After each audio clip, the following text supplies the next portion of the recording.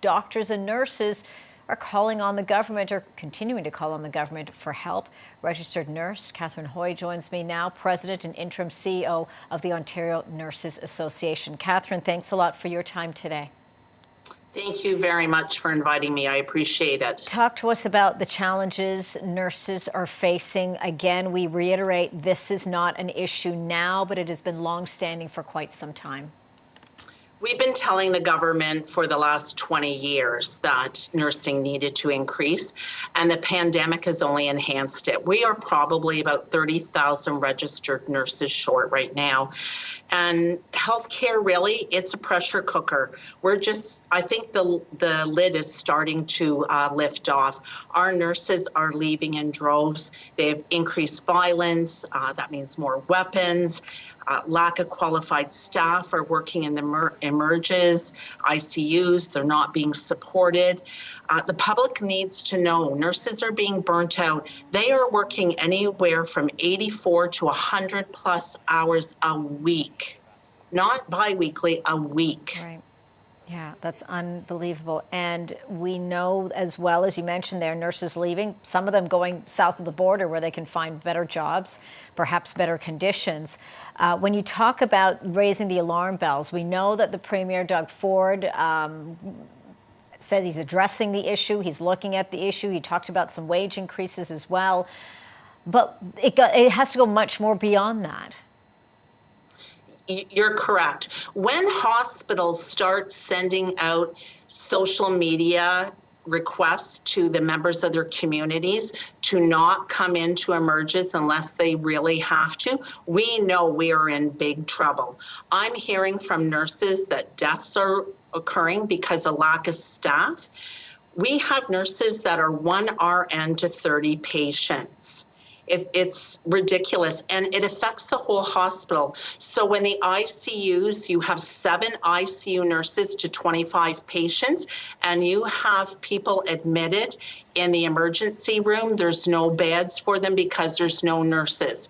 And the emergency room nurses may have 5 traumas. Those traumas should be 1-to-1, 2-to-1 at absolute best.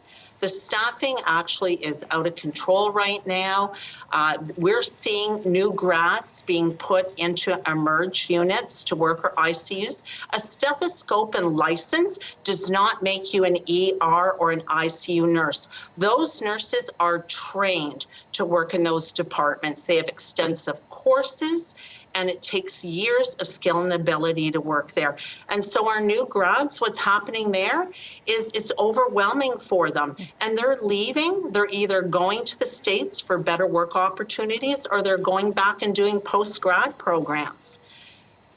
We need to look at this not today. It should have been done yesterday. Why hasn't it been done? As you mentioned, this has been something ongoing for 2 decades now. The alarm bells were sounded back then, back in the early back in 2000, and yet it's still the same conversation. Well, let's be honest. Healthcare is the heaviest hit on the provincial budget. There are federal transfer payments, and they have risen, but money needs to be spent. You cannot run hospitals or all healthcare on a shoestring budget. You just can't. Nursing is not task-oriented. They are highly educated individuals. And we hear a lot about nursing, but let me tell you, all healthcare workers right now, there is a shortage. The government did do an increase to PSWs to encourage PSWs to go to school. But that is not the answer in hospitals. It is absolutely not. It's highly skilled staff that we need. There is a place for every single one in healthcare. That's how short we are. We need to put the appropriate caregiver with the appropriate patient population. And your paycheck should never decide whether you get health care or not. So looking at privatization, building bricks and mortar is not the answer right now. With us seeing emergency rooms close, some hospitals, smaller hospitals having to shut down, what's your biggest immediate concern right now, Cathryn? people will die. Those ERs are there for a reason. They're there to serve their community. And as it is, a lot of those rural areas were running on one nurse with a backup nurse maybe up on a medicine floor. That is not fair to the taxpayers and to the community. Can you imagine if you're having a heart attack and you manage to get to that ER and it is closed? Someone spoke just before me about the ambulances. Another thing is, let's take the GTA. They're working at half capacity with 300 to 400% increase in patient loads.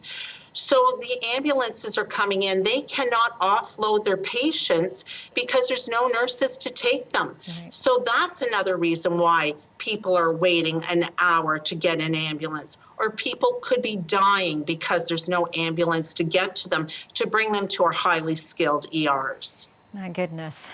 Cathryn, thank you very much for giving me your time. We'll continue to follow this story indeed and hope the conversation steers in the appropriate direction. Ontario Nurses Association, Cathryn Hoy. Thank you, Cathryn.